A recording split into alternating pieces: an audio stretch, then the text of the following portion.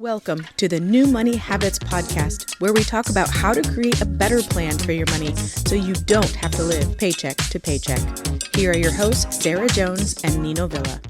Welcome back, Budgeteers. Coach Nino Villa here alongside me, my partner on the airways. It's Sarah Jones. Hey, Sarah. How are you? Hey, Nino. Hey, everyone. Doing very well. And where are you joining us from today? Well, by the time most of you are listening to this, we've probably just finished up being at the Sturgis motorcycle rally. Ooh. Sturgis. More stories on that to come, I'm sure, but... Wow. All right. It's interesting because not that I've ever... I've ridden a motorcycle once. But even though that's never really kind of been my thing, I've daydreamed about it. Just the idea of Sturgis and just this confluence of, bikers and RVers and all that just coming and having a big old party has always just kind of intrigued me. Us as well. That's why we're here. We are avid motorcyclists. I mean, we do ride quite a bit, and, I will consider as part of the biker community. But we have never been to a big rally. Now, Arizona has Arizona Bike Week and Cave Creek Bike Week that we love. Nothing that compares to the Sturgis attendance. But I'm really...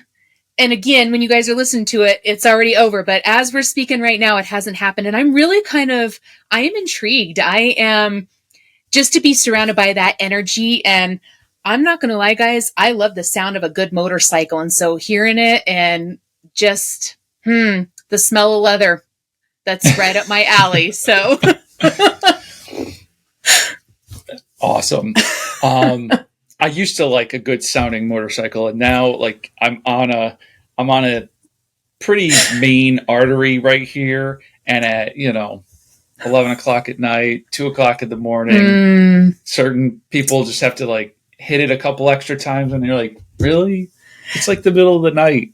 Nobody wants to hear that. Anyway, I'm such an old guy that got to get to bed early.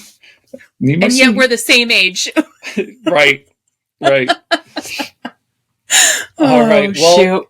Why are we here today? We are going to bear all. At the end of the day, financial coaches have to manage their money too, and sometimes we do things that make ourselves scratch our heads, or we're not perfect. We are perfectly imperfect. But we thought that it would be just really fun to kind of talk about some of the potholes or things that we've done, so that hopefully we're a little bit more relatable, and you guys don't necessarily think, not that I think any of our listeners truly think that we've got it all together, because if you've been listening for any period of time, you know better, and we don't, right. But you know that at least we mean well, and we learn from our mistakes, and then we help our clients hopefully avoid some of the mistakes that we have made, or at least manage their money well, in ways that other people might be like, I can't believe you did that. But before we get in all that, don't miss out on valuable financial insights. Subscribe to the New Money Habits podcast today and unlock a wealth of knowledge to empower your financial journey. Stay up to date with the latest episodes as Sarah and I discuss practical tips, host expert guests, and have thought-provoking discussions on all things money-related. Hit that subscribe button now and join our community of savvy listeners. All right, so we're going to bear it all, Sarah. We're going to air all our dirty laundry. Maybe not all of it, because there's just not enough time. There's not enough time, right? Right. But we'll give you the best stuff. We'll air the dirtiest of laundry and show you a little bit behind the curtain. So do you dare go first? Oh, geez. Well, I'd be happy to go first because I've got a whole list. I mean, it's almost like, where do I start? And, I'm going to be really honest. So we put together a few notes, things that I wanted to talk about. But one that just came to mind that I didn't have on my list here that I want to share because I think it's really important, that my husband and I have been debt-free twice. We have been debt-free twice. We worked so hard to be debt-free the first go round from 2006 to 2010. We worked really hard. We paid off, I don't have my numbers right in front of me, a significant amount of money of debt, and we were debt-free for only 4 months. And we incurred and then paid off and then saved another significant amount of money from 2010 to 2018 to become debt-free for the second time. So, I think that's worth sharing, and it is, sometimes it kind of feels like some dirty laundry, because I'm like, I was debt-free once and then here I went back into debt again, and that was really hard to handle. But guys, sometimes it happens, and I hadn't developed the mindset or the habits yet to stay debt-free. But yep, debt-free twice. Mm-hmm. I have not yet been fully 100% debt-free for the first time. Part of my dirty laundry is that I've had these student loans kind of hanging about. But that's because, I made a decision a while ago that for a while I was doing income-based repayment to get us out of all the other debt, the consumer debt, the credit cards, the vehicles. So got out of all of that debt, and then was kind of staring at these student loans. And somebody that has kind of been my financial coach in ways said something really interesting to me. She mentioned that you can continue to pay these larger payments every single month, but because it's a fixed loan, next month you're still going to owe that minimum monthly payment, and that's not going to have changed. So she's like, based off of interest rate and some other things, right? Because I got to reconsolidate my loans when interest rates were really low, right? Not that we experience that anymore. But because of the interest rate, it was like, look, you can take that money, and basically she got me to think about the opportunity cost involved. What am I missing out on if I'm aggressively paying it down, but the minimum monthly payment hasn't gone away? And so she's like, until you've paid it off and now you don't owe the minimum monthly payment, she's like, either sock it away into an account that's growing, so get like a high interest, or a high yield interest savings account, and just kind of put it over here and allow it to accumulate. And then when you get to that number, the payoff number, then pay it off. So you're still kind of in the same mindset. Like I'm aggressively putting money into this account so that I can pay off my my student loans. Or she's like, there's going to be other opportunities that 10 years from now, you're going to look back and be like, I missed out on this opportunity because I was aggressively paying off my student loans. And she's like, you have to reconcile for yourself if you're okay with that. And I wasn't okay on missing out on opportunities for me and my family because of these pesky student loans. So I reconsolidated them to a low interest rate. I stopped doing the income-based repayment thing, and I put it on a path that it will be paid off, just not today. I love it. I love it.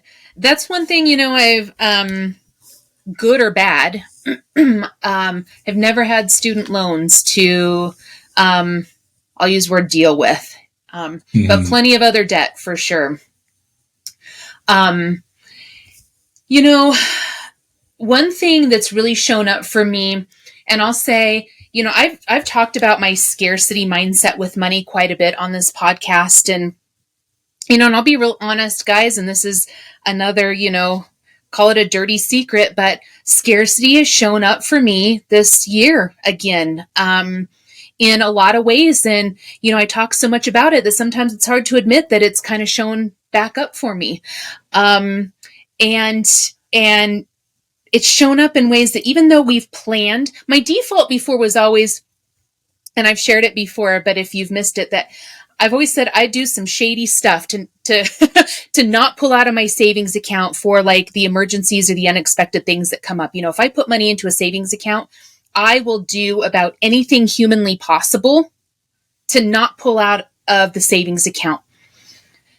But that really plays into the scarcity mindset, because if the savings, if that's what that account is for, then I shouldn't have scarcity pulling out of it when those unexpected events happen, right? Like that's what that account is for. But, cost of living is a little bit higher, and traveling, it's repairs, it's costed us a little bit more, and scarcity has definitely shown up for me. And, kind of fell back into some of those old habits of really, even though we have money in specific accounts for specific things, I end up stressing about it. I end up stressing like, oh, well, we won't eat for a week, so we can, it's not that bad. But that's what goes Right. through my mind, right? I have fallen right back into that scarcity mindset. And it's not easy to admit that when I talk so much about it. But the good news is that I recognize it, and then I can make steps, take steps to correct it again. So I recognized a little bit earlier, but I just want to share, if that's something that you've had happen, falling back into those mindsets that are not healthy, it happens to the best of us. The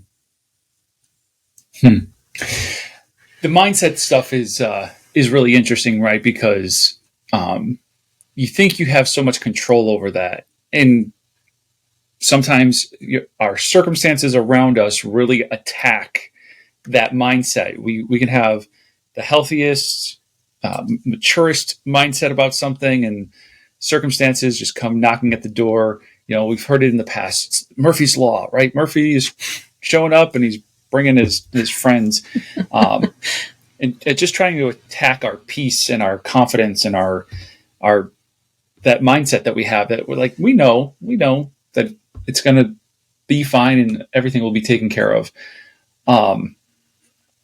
For me, one of the things that I also want to admit and bear all is I changed my thinking about certain things. And so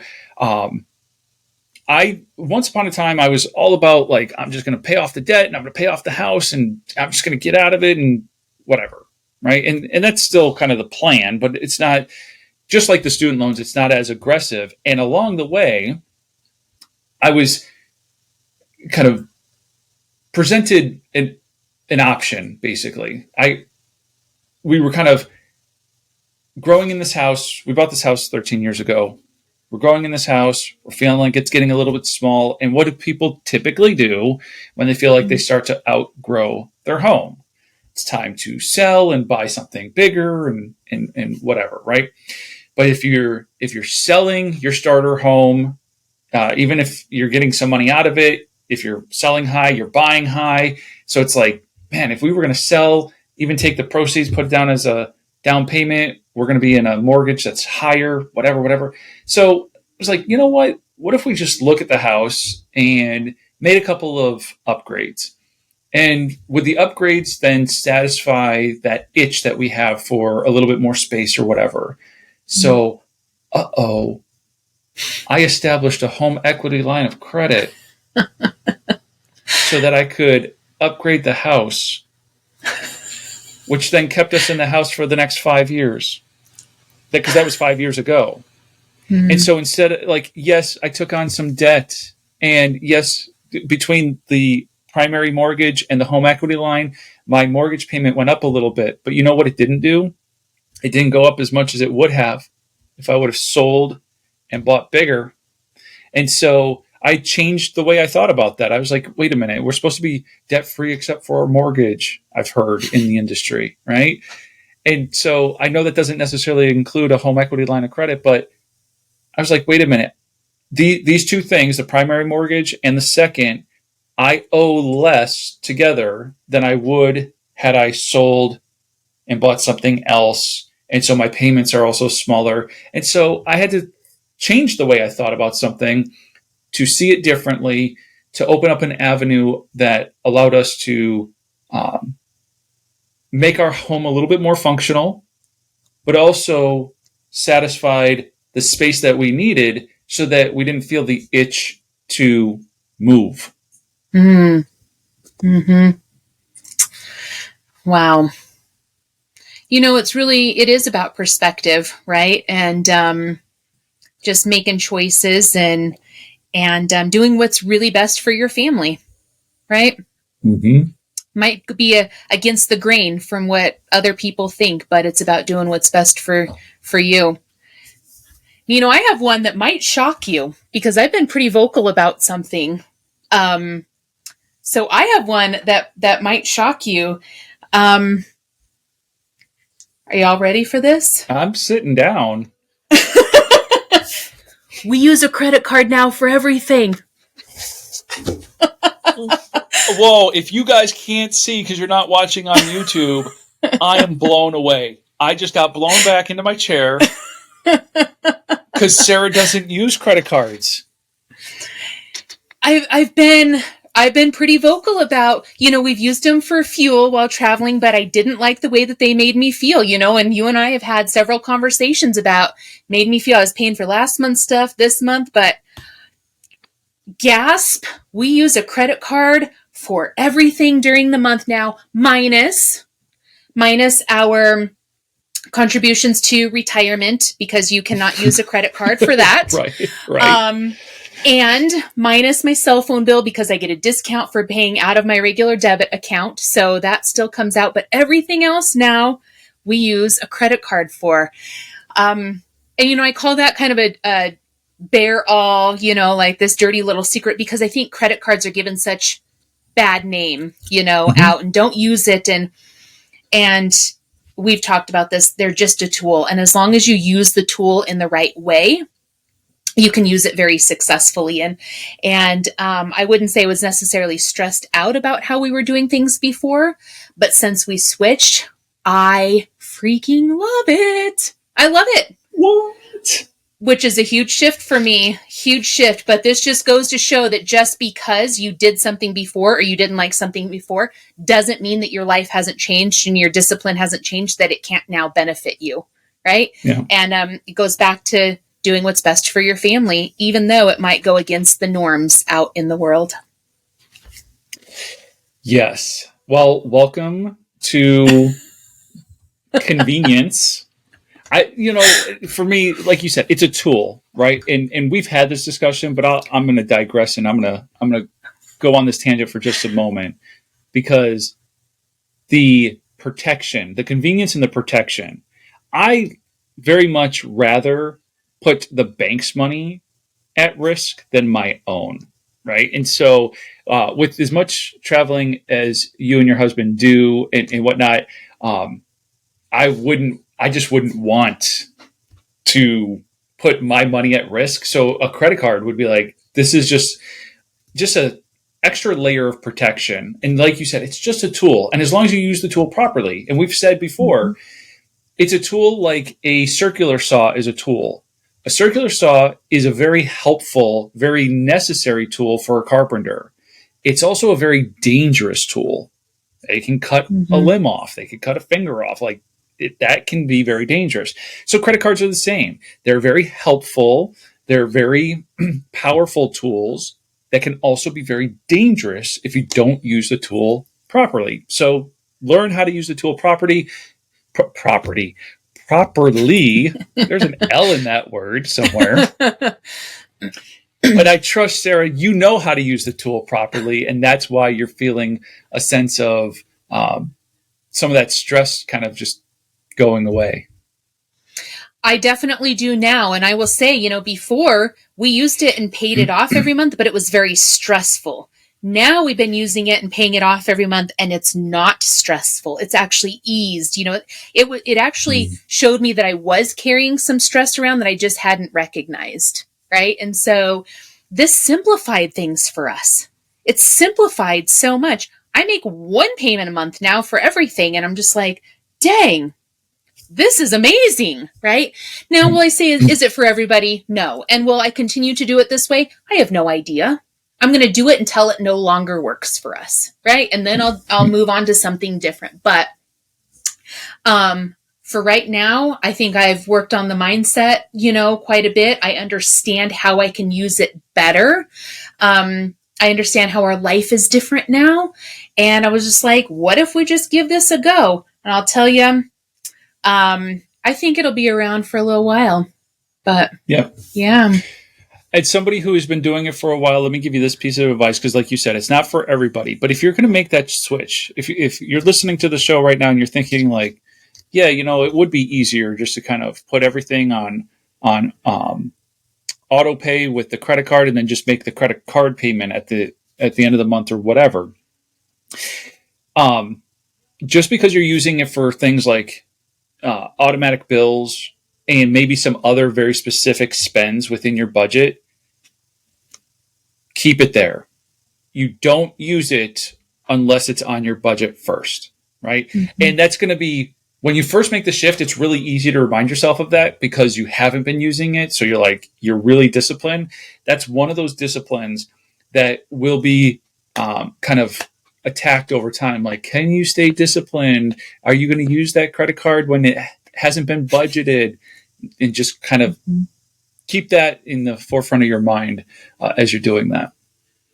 No, I appreciate that. And I think that's why I feel so comfortable doing it now, is because we've been so disciplined on our budget. We've been so disciplined and not in a bad way, but we understand how to use our money to let it work for us. Right. And I think that's why it didn't work before, is because I didn't have that discipline, and the credit card, we were using it for things that showed up that we hadn't planned for. Now, because we've been doing this for so long, I feel really comfortable. So I appreciate that reminder, because I think it can be easy, again, to fall into those, I'll call them a trap, those things that kind of cycle back into our life. So.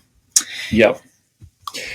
I've admitted this on an episode previously, so this might not be as dirty laundry or as scandalous as everybody would hope.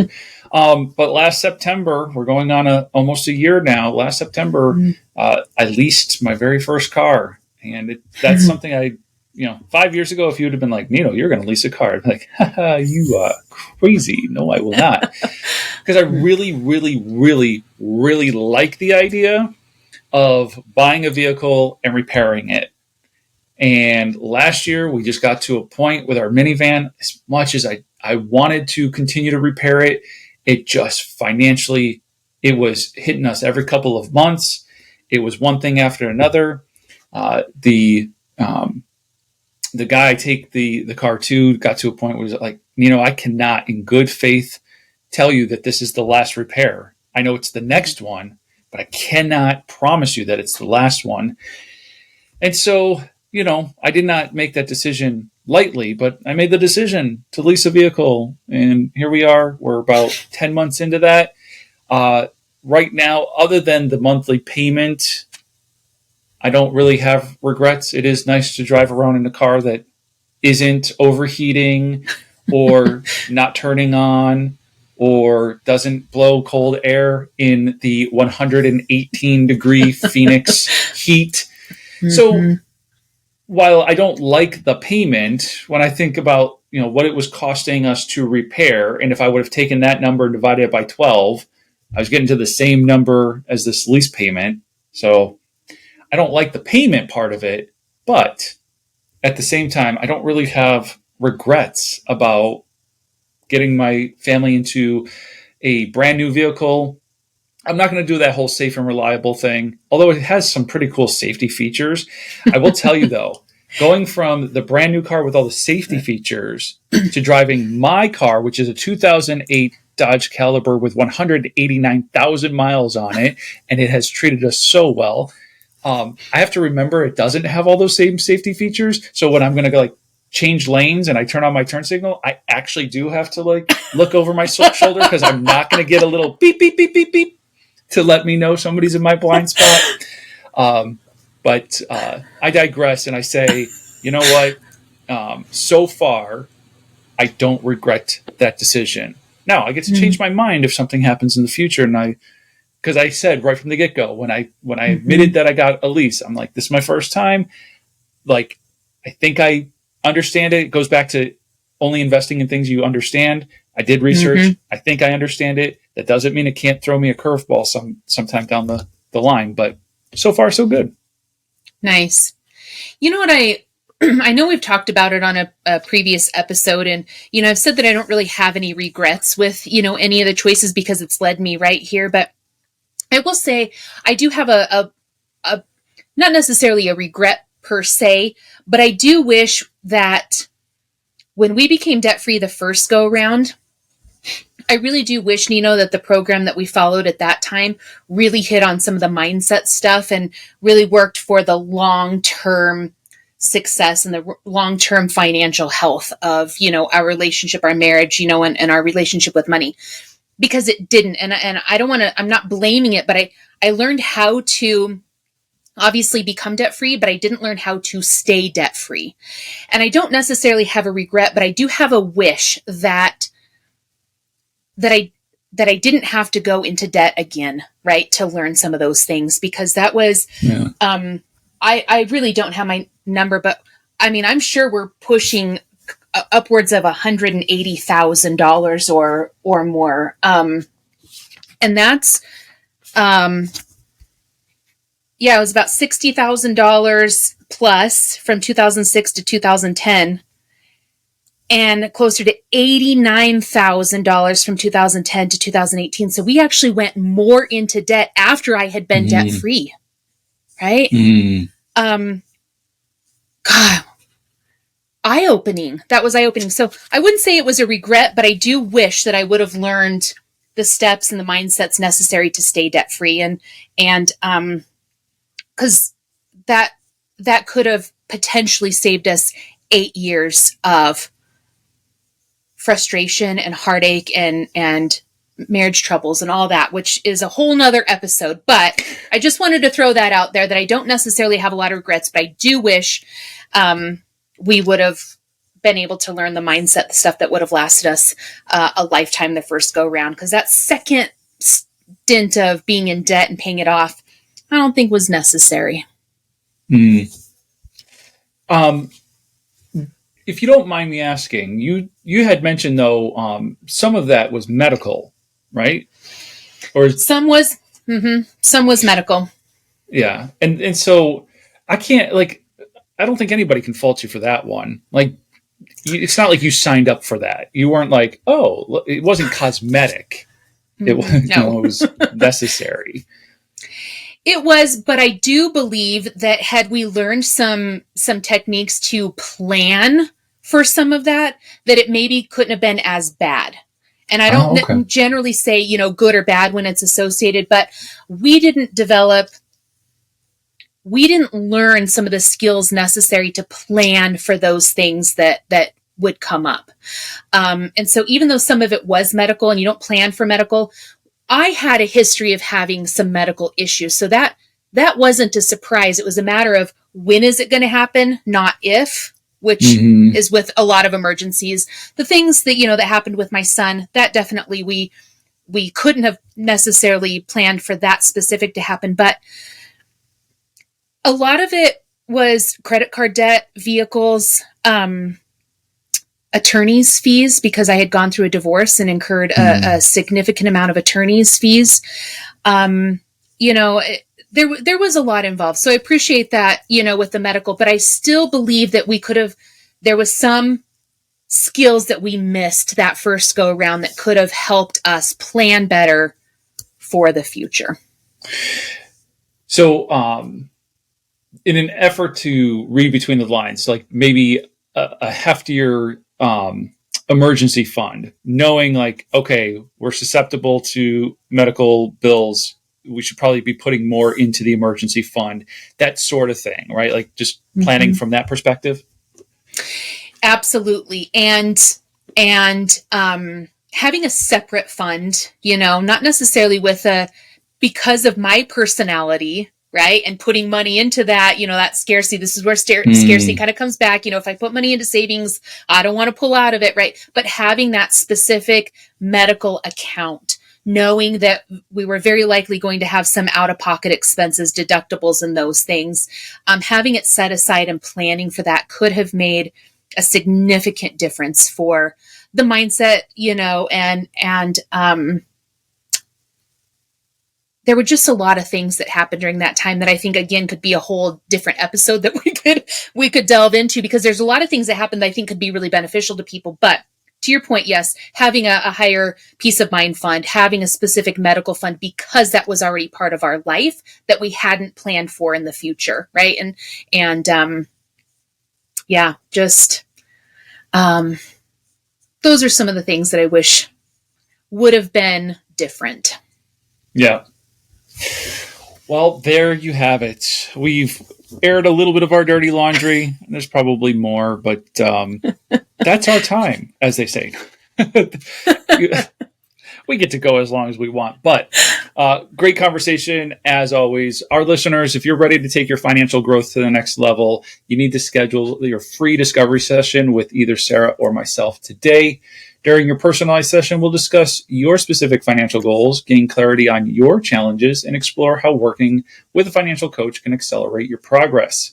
Don't miss out on this valuable opportunity. Book your free discovery call now and create the new money habits needed to achieve financial freedom. Always a pleasure, Sarah. Always a great conversation, and we'll continue it again next time. Thank you for listening to the New Money Habits podcast, brought to you by New Money Habits and Keeping Up with the Joneses Financial Coaching. Submit your questions to our host by emailing podcast@newmoneyhabits.com. Be sure to subscribe to be notified of future episodes. Join our growing group of like-minded people on Facebook and follow us on your favorite platform. Music provided by Summer School.